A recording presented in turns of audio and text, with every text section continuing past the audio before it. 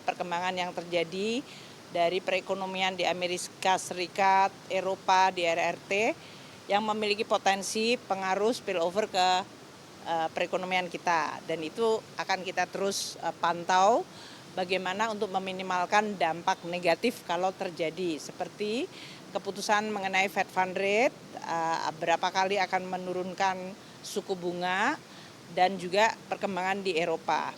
Yang kedua, kita juga melihat pergerakan terutama dari sisi nilai tukar dan yield surat berharga negara, yang pada hari-hari ini memang sangat dipengaruhi oleh faktor fundamental yang sebetulnya posisinya sangat kuat.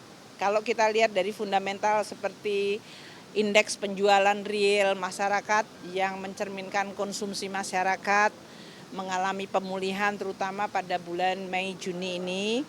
Kemudian Mandiri Spending Index, confidence masyarakat, konsumsi semen, konsumsi listrik, PMI, semuanya masih dalam relatif terjaga.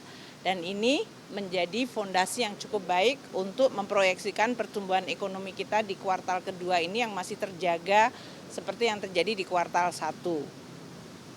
Kredit perbankan juga mengalami kenaikan, dalam hal ini jumlah ekspansi kreditnya, baik kredit untuk investasi, modal kerja, konsumsi, dan ini menggambarkan fungsi intermediari perbankan juga mengalami hal yang positif atau meningkat cukup baik.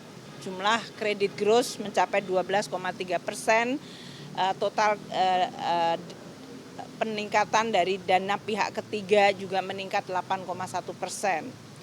Nah, kami di KSSK menjelaskan bahwa kita memantau stabilitas sistem keuangan, baik dari sisi perbankan maupun institusi non-bank, dan juga pergerakan dari kurs, kemudian yield surat berharga, dan juga saham. Terkait hal ini, dengan adanya policy di Amerika Serikat yang suku bunganya tetap tinggi dan penurunan suku bunga diperkirakan hanya akan terjadi sekali, maka kita juga melihat capital outflow yang terjadi akibat dari kebijakan tersebut dan dampaknya terhadap perekonomian di dalam negeri. Ini nanti Pak Gubernur akan bisa menjelaskan. Nah, mengenai APBN, karena beberapa hari ini juga banyak isu mengenai kebijakan fiskal. APBN tahun 2024 yang sekarang sedang berjalan, kita tetap kelola dengan sangat hati-hati. Ada beberapa hal yang bergerak seperti tadi kurs, harga minyak, maupun dari sisi SBN nilai tukar surat berharga negara yield kita, itu pasti mempengaruhi postur, dan ini sudah terus kita monitor dan kita kelola dari sisi implikasi pembiayaan. Seperti diketahui bahwa untuk defisit tahun ini diperkirakan masih ada di maksimum di 2,8%. Pembiayaan kita jaga baik menggunakan sisa anggaran lebih atau dalam hal ini SAL tahun lalu yang bisa mencapai 100 triliun kita gunakan untuk menurunkan kebutuhan pembiayaan melalui market. Dan ini bisa menjaga yield SBN kita pada level meskipun mengalami kenaikan masih tetap terjaga baik. Kami juga berkoordinasi dengan Bank Indonesia yang terus mencoba menjaga stabilitas nilai tukar. Jadi dalam hal ini fiskal dan moneter bekerja dan berkoordinasi secara baik di dalam dinamika market dan juga dinamika global yang sangat tinggi dan tentu proses transisi politik yang sedang terjadi. Pembahasan dengan DPR untuk APBN 2025 terus dilakukan. Kemarin sudah disepakati dengan Komisi 11 mengenai asumsi-asumsi makro seperti pertumbuhan ekonomi 5,1, inflasi di 3%, masih dalam range, maaf, ini masih di dalam range untuk tahun 2024. 2025 maka untuk gross 5,1 hingga 5,5%, inflasi antara 1,5 hingga 3,5%, nilai tukar di 15.300 hingga 15.900.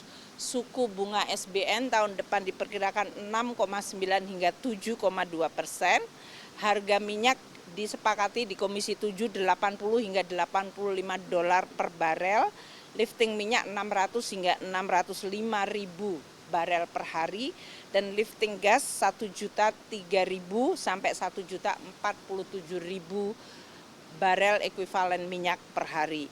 Ini asumsi yang sudah dibahas, dan sampai dengan hari ini pembahasan dengan Badan Anggaran juga melihat secara lebih detail penerimaan negara, proyeksinya tahun depan, dan belanja negara, termasuk belanja negara yang mengakomodasi untuk pemerintahan baru 2025.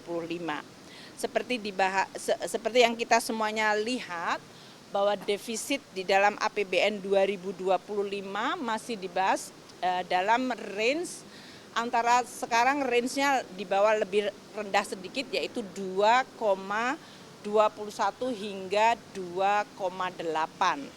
Ini memberi range yang lebih lebar, dan ini berarti kita akan mampu untuk tetap menjaga fiskal yang prudent, hati-hati, dan tetap sustainable, namun pada saat yang sama bisa mengakomodasi program yang akan dilaksanakan oleh pemerintah baru pada tahun 2025. Mengenai program-program baru, sampai hari ini kami akan terus berkoordinasi dengan timnya Pak Prabowo untuk bisa mendapatkan gambaran mengenai kebutuhan anggaran maupun mekanisme dari pelaksanaan program-program tersebut. Nanti akan dibahas sendiri dan dijelaskan sendiri dari sisi timnya untuk pemerintahan yang baru. Namun dari APBN, karena ini dibahas dan dilakukan persiapan sekarang, kita sudah mulai melakukan penghitungan. Pesannya adalah APBN tetap dijaga secara hati-hati, karena ini adalah instrumen yang sangat-sangat penting bagi pemerintahan siapa saja ke depan juga. Dan dari sisi sustainabilitas maupun dari sisi komitmen defisit untuk dijaga di bawah 3% dengan debt to GDP ratio tetap dijaga pada level yang affordable dan prudent, sehingga bisa menjadi fondasi stabilitas bagi pemerintahan baru. Ini yang akan terus kita komunikasikan. Jadi kita juga akan terus berkoordinasi dengan pemerintahan yang akan datang supaya mereka juga bisa melihat seluruh aspek dari APBN yang dikelola secara transparan, akuntabel, hati-hati untuk menjadi instrumen yang bisa digunakan juga secara sustainable bagi pemerintah baru. Mungkin itu dari saya, Pak Gubernur.